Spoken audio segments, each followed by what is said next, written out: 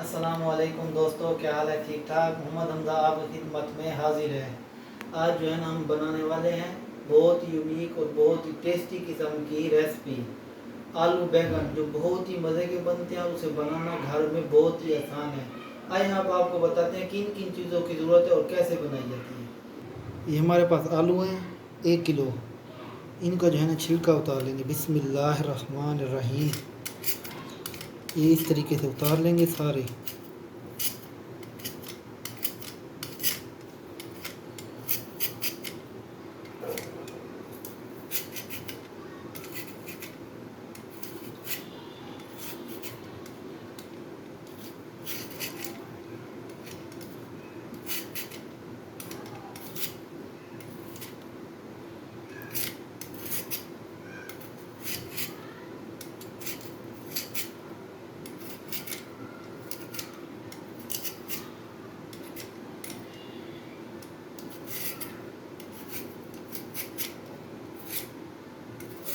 इसी तरीके से जो है ना हम ये सारे इनके छिलके उतार लेंगे आलू के।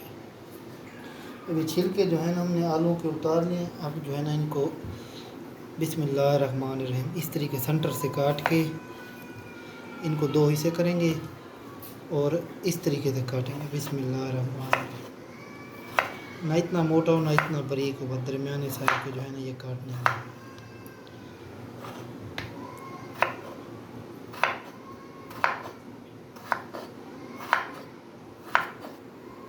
आलू जो है ना हमारे ये सारे कट चुके हैं। 1 किलोग्राम जो है ना हमारे आलू हैं 1000 ग्राम। इन्हें जो है ना अच्छे तरीके हम पहले वॉश कर लेंगे।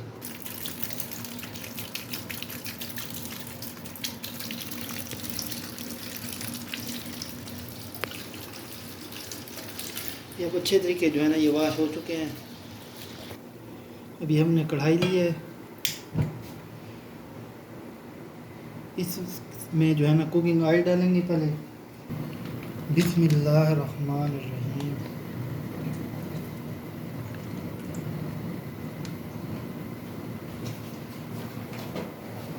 ऑयल जो है ना हमारा 1.5 कप है। ऑयल को हम गर्म होने के लिए 2 से 3 मिनट के लिए छोड़ देंगे। अब जो हमने आलू काटे थे वो जो है ना इसमें डाल के फ्राई कर लेंगे। बिस्मिल्लाहिर्रहमानिर्रहीम।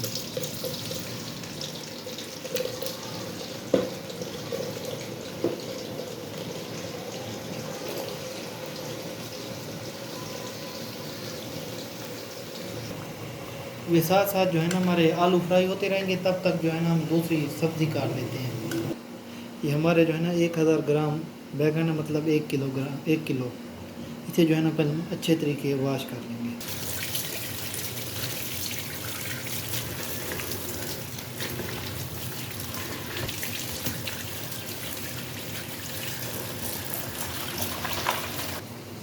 बैगन जो है ना हमारे अच्छे तरीके वॉश हो चुके हैं। बिस्मिल्लाहिर्रहमानिर्रहीम। पहले इनके जो है ना ये छिलके उतार लेंगे। ये इस तरीके से।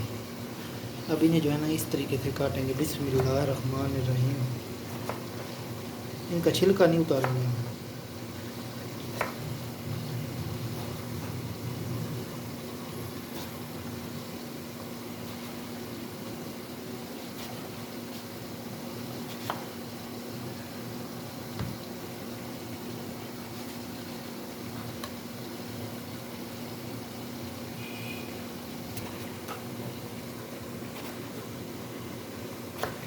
ये जो है ना इस तरीके से, ना इतने मोटे हो ना इतने पतले हों। इसी तरीके से जो है ना हम ये सब काट लेंगे। और साथ साथ जो है ना हम जो आलू फ्राई कर रहे हैं उसमें जो है ना ये चमचा भी जो है ना मारते रहेंगे, क्योंकि ये नीचे से तल वगैरह ना लग जाए, चिपक ना जाए नीचे।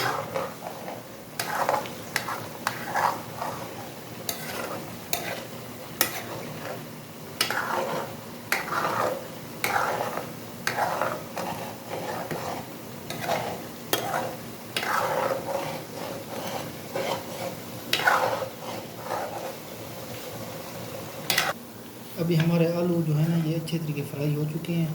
अब जो है ना इन्हें हम निकालेंगे। बिस्मिल्लाहिर्रहमानिर्रहीम।